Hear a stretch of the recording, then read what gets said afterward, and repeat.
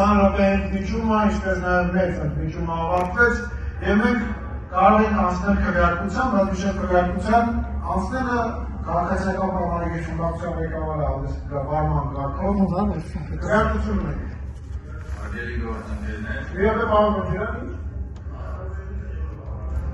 Հետո կասեմ։ Չկա, ոնց ասենք, այսօր քաղաքական օրակարգը թելադրող միակ ուժ ազգային ժողովն այսօր քվեարկությանը դերում ազգային ժողովի պատիվ ունեմ եւ Հայաստան խմբակցության կողմից ներկայացված ազգային ժողովի պատգամավոր Ալեն Քոչարյանի վարքագծի վերաբերյալ պատգամավորական էթիկայի հանձնաժողովի ստեղծման մասին ազգային ժողովի որոշման նախագիծը քվեարկություն։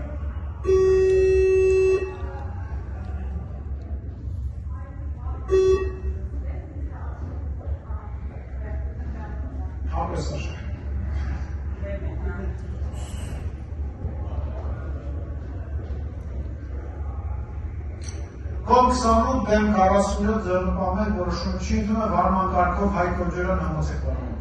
Արգելի գործընկերներ, մենք այս նախագծին դեմ քվեարկեցինք այն պատճառով այդ թվում, որ ինչպես որ ես նշեցի ելույթի ժամանակ, ասացի այս նախագիծը բերել է ոչ թե էթիկայի հարցերով շահագրգռված լինելու համար,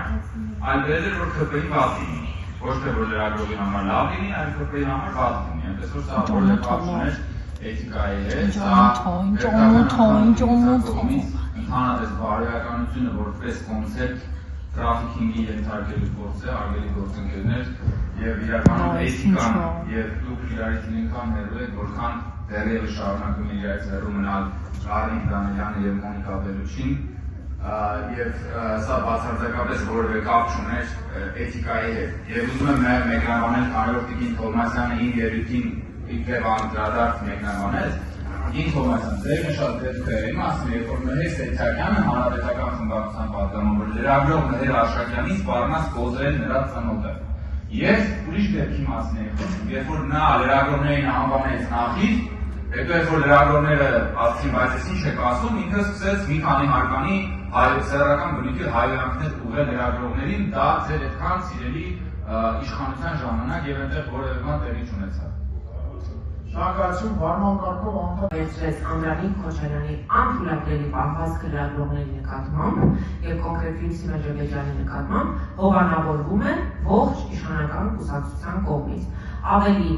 երբ այստեղ նշում եմ, որ լրագրողներին մենք փորձում ենք քաղաքական ինչ-ինչ նպատակների համար այդ հարցը օգտագործել, Ֆիլիսի Մեջոբեջյանը վերևում է, լսում է մեզ, թույլ չի տա, որ որևէ այլ մեկնաբանություն լինի, 161 լրագրողներ դիմել են մեզ ստեղծել էթիկայի հանձնաժողով, մենք ընդհանրաշել ենք եւ մենք պատրաստ ենք լինել ցանկացած լրագրողի կողքին, ինչպես եւ եղել եմ։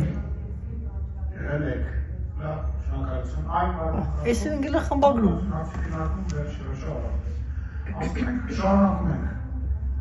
քննարկել դատական խորհրդի անդամի տեխնացու Աշոտ Հայրապետյանի ընտրության հարցը։